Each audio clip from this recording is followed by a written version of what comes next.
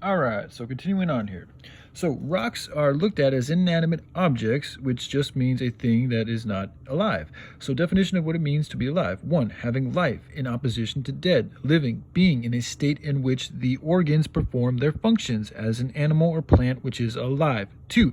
In a state of action, in form of operation, unextinguished, unexpired, existent as to keep the fire alive, to keep the affection alive. Rocks are only able to move when something or some other force in this atmosphere moves them, and how well they are able to move them depends on how heavy the rock is, its shape, and the amount of force the other thing has in conjunction to the atmosphere/area they are in. This other thing could be a human hand picking it up from the ground, or it could be an explosion, a flood, river, or a bulldozer.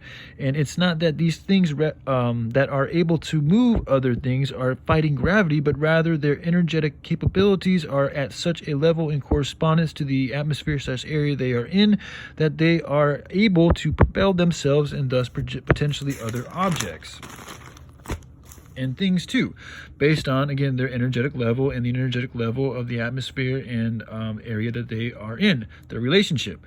These two variables determine one's ability to move. This ability is relative to the environment they are around. So since there is no friction in space or force in space, it is easier to travel, yet with that ease, which comes from a lack of energy, also bears a lack of sustainability or energy, gas, water, heat, etc. And thus and that's why one can move easier or with less resistance, but they are not as able to survive as compared to being in an atmosphere that is conducive to their health and well-being. But as that atmosphere provides the ability for life to move and live, it also is a force of its own, and if an object like a rock doesn't have its own ability to perpetuate itself in that current atmosphere, it will not be able to, and then it will be or lay as an inanimate object. But this isn't because gravity is pulling the rock, but rather because the rock, in conjunction with our atmosphere, doesn't not equate to the ability for the rock to move itself.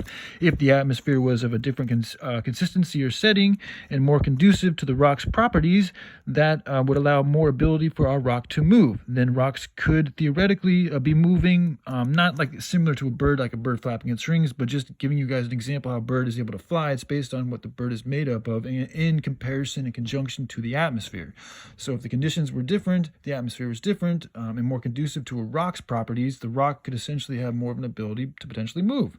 In theory, this is how it's just coming out of me. Where was I? Rocks could then theoretically be moving. Yeah, okay, so bird atmosphere essentially conditions were different, and that would allow what it takes to move a rock.